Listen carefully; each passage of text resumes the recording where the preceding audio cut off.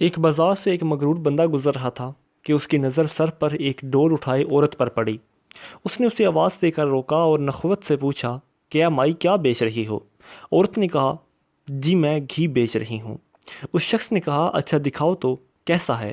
گھی کا وزنی ڈول سر سے اتارتے ہوئے کچھ گھی اس آدمی کی قمیض پر گرا تو یہ بہت بگڑ گیا اور دھاڑتے ہوئے بولا کہ نظر نہیں آتا کیا؟ میری قیمتی قمیض تم نے خراب کر دی ہے۔ میں جب تک تجھ سے اس قمیض کے پیسے نہ لے لوں تجھے تو یہاں سے ہلنے بھی نہیں دوں گا۔ عورت نے بیچارگی سے کہا کہ میں مسکین عورت ہوں اور میں نے آپ کی قمیض پر گھی جان بوجھ کر نہیں گرایا، مجھ پر رحم کرو اور مجھے جانے دو۔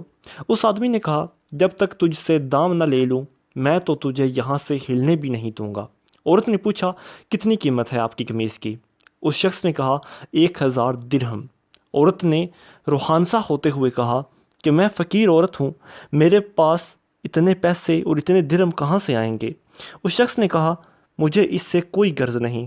اس عورت نے کہا کہ مجھ پر رحم کرو اور مجھے یوں رسوا نہ کرو۔ ابھی یہ آدمی عورت پر اپنی دھونس اور دکھنیاں چلا رہا تھا کہ وہاں سے ایک نوجوان کا گزر ہوا۔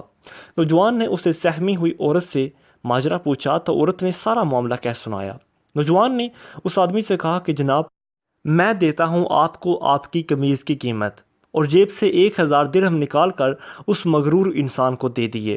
یہ آدمی درہم 1000 درہم جیب میں ڈال کر چلنے لگا تو نوجوان نے کہا کہ جاتا کدھر ہے؟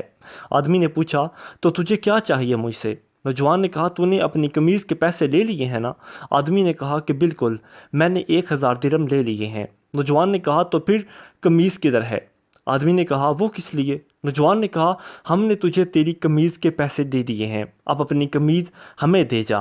آدمی نے گڑبڑاتے ہوئے کہا، تو کیا میں ننگا ہو جاؤں؟ نوجوان نے کہا، ہمیں اس سے کوئی غرض نہیں۔ آدمی نے کہا، اور اگر میں یہ قمیض نہ دوں تو؟ نوجوان نے کہا، تو پھر ہمیں اس کی قیمت دے دو۔ اس آدمی نے پوچھا، 1000 درہم؟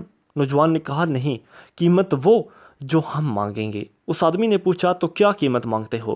نوجوان نے کہا، 2000 درہم۔ آدمی نے کہا، تو نے تو مجھے 1000 درہم دیے تھے۔ نوجوان نے کہا کہ تیرا اس سے کوئی مطلب نہیں۔ آدمی نے کہا، یہ بہت زیادہ قیمت ہے۔ نوجوان نے کہا، پھر ٹھیک ہے، تم ہماری قمیض اتار دو۔ اس آدمی نے کچھ روحانسہ ہوتے ہوئے کہا، تو مجھے رسوا کرنا چاہتا ہے؟ نوجوان نے کہا، اور جب تو اس مسکین عورت کو رسوا کر رہا تھا؟ آدمی نے کہا، یہ ظلم اور زیادتی ہے۔ نوجوان نے حیرت سے کہا کہ کمال ہے کہ کیا تجھے ظلم لگ رہا ہے؟